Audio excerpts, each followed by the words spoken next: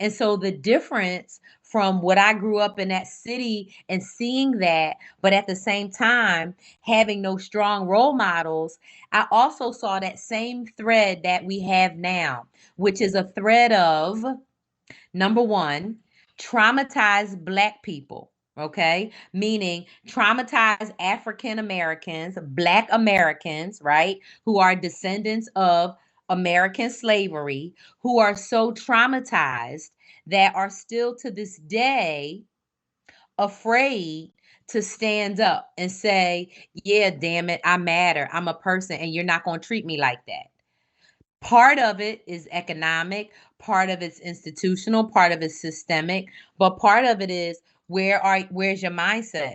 And are those shackles on your mind or are those shackles only on your pocketbook? Because if the shackles are on your pocketbook, right, you could do other things to change the status of your pocketbook, but I don't know how you change the status of your mind without doing the work. And so for me, what I see now, right, is that we have an opportunity that we didn't have in the 70s or the 80s or the 90s or the early 2000s, is that we have opportunities like this to reach people, right, across the world to talk about the issues that affect the diaspora, that talk about, how do we, come back, because I feel like, what Europeans have done is I feel like Europe has ripped Africa apart, right?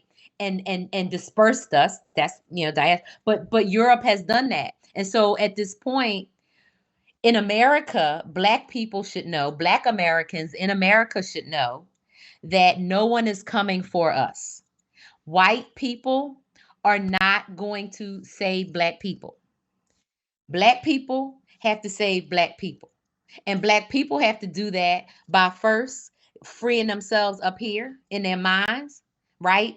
And then they can work on the other stuff. And so for me, I think it goes to really unlearning anti-blackness and loving yourself, because it's amazing to be Black. Being Black is everything, right? But the world tells you being Black is bad, ugly, dumb. And if you're in America, you're a welfare queen or a single mom or a deadbeat dad. Like that's what America tells you, right? If you're Black. If you watch TV, if you go to the movies, if you listen to music, there's negative, negative, negative.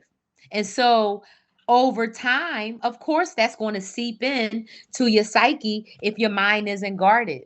And if you didn't have the luxury, right, or the blessing of an education where you had people who taught you, who you really are, but you only got the whitewash version of history, right? And the American, European monarch version of history, right? And that's the thing that we have to grapple with and deal with at this time. You know, I think it is important that we have this conversation and we continue to have it. Um, but one thing I want to point out is that the African Americans must understand that what they are passing through in America is another version of what we are passing through in Africa. Yeah. We are not different people. We are not suffering from different situations. We are suffering from the same situation. It's just that sometimes it appeared in a different version. Now, the African America might have been told that their history started from slavery. Yep. A lot of But that is the same version that is told to African people, that our history started from colonialism. Okay, now, the other day, I was talking about language, because this is another important thing about us. That we want to understand that we have a history, not just a history, but a far-rooted history that we can ever imagine. Just talking about Igbo language of Nigeria, Eastern Nigeria, the person I was talking to, the expert indeed, was telling me of a language dating back to up to 7,000 years. There is a lot of dimension to the story, no? I want to state that we as African, as a people, we can never know anything about us by expecting other people to teach us. We are going to be the one to do the dirty work. We're going to dig out our history. We're going to study our history. We're going to know who we are through ourselves, through our effort. Because I'm saying all this in line with what you said, just one line, that white people are not coming to save black people. So black people must realize this. It is very important. I want you to tell me something. In the 70s, in the 80s, when you were growing up, what kind of image do you have as a child growing up in the 70s, in the 80s about Africa? Help me understand that. Okay, first of all, it is the most beautiful place in the whole universe.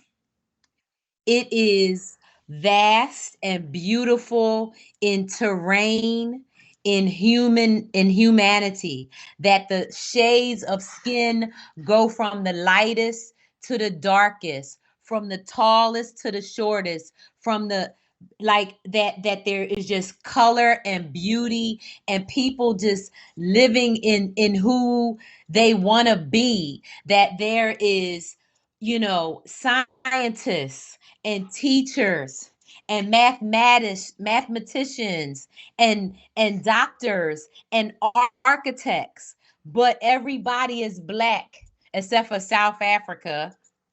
And so to me, it was like I can't wait to go to Africa and be in an environment where I get to be beautiful. I get to be around people who are really my people, because I'm here in this place that they stole my mother's father's like they stole me. And so I don't belong here any damn way.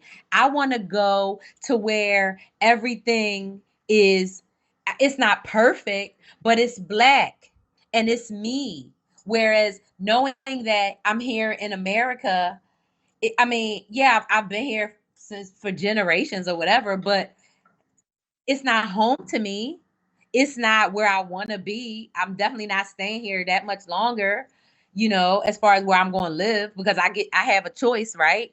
But but for me growing up, Africa was like a place where I want to go. Now, I'm going to tell you what was in the books in school, what people said about Africa was wrong and was not what I just said to you.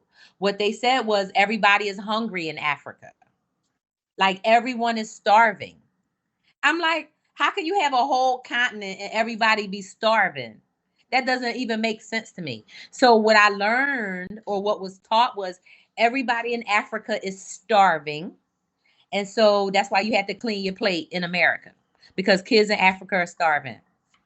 Literally, that's all that we were like taught in school, was that Africa was a place where children were starving. That was it. There was nothing else. But my black teachers that I had growing up in Philadelphia, and I had black college professors. I mean, the first time I think I didn't have a black teacher was in graduate school when I was getting my master's degree. But before that, I had black teachers my whole life. And so, my life was different, because let me tell you, I've done some surveys on LinkedIn, I've done some research, I've done some anecdotal evidence. Most black kids in America don't never have a black teacher they whole 12 years of school. And that's intentional, right? Because if you have a black teacher, like I told you, I had mostly black teachers. My black teachers, they gave me pride, right? They taught me things, right? I mean, I remember reading Malcolm X, like sneaking and reading it. Like, why would I have to sneak and read it, right? Like but I remember learning about black people and our different journeys and our different stories and our different contributions. So for me, it's like, get me out of here, get me to the black people. I can't wait to come to Africa. I'm telling you. I don't I'm like I hope that when I come the first time, I have everything organized just in case I'm like I don't ever want to come back. You know what I mean? Because at least not saying that, Africa's not impacted, of course, by colonialism, the Chinese, the French, the Russians, America. I mean, like we know that's what it is. But to me, it's something beautiful about a whole continent that's Black people. That's just beautiful to me.